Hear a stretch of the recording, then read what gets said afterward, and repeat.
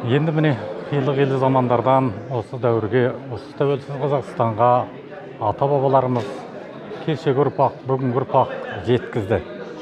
Енді міне алаш жастары, сендердің алдарыңда не міндет?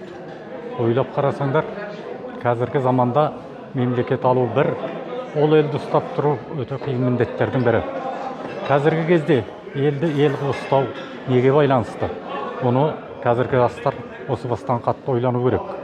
Тілді сақтау, дәстүрімізді сақтай отырып, озық елдің қатарында болу міндеті міне осы алда тұрғандарың.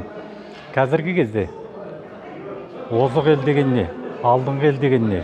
Сондықтан әлемдегі ғылым білімнің жетістіктердің ешқайсынан құр қалмай, осы өмірде болып жатқан жаңалықтар мен өзгерістерге икемделе алатын, соларды меңгере алатын, әрі өздерінің тілі менен ұлттық бейнесін, келбетін сақтай алатын жастар, міне нағыз біздің Қазақстанымыздың болашағы деп ойлаймын.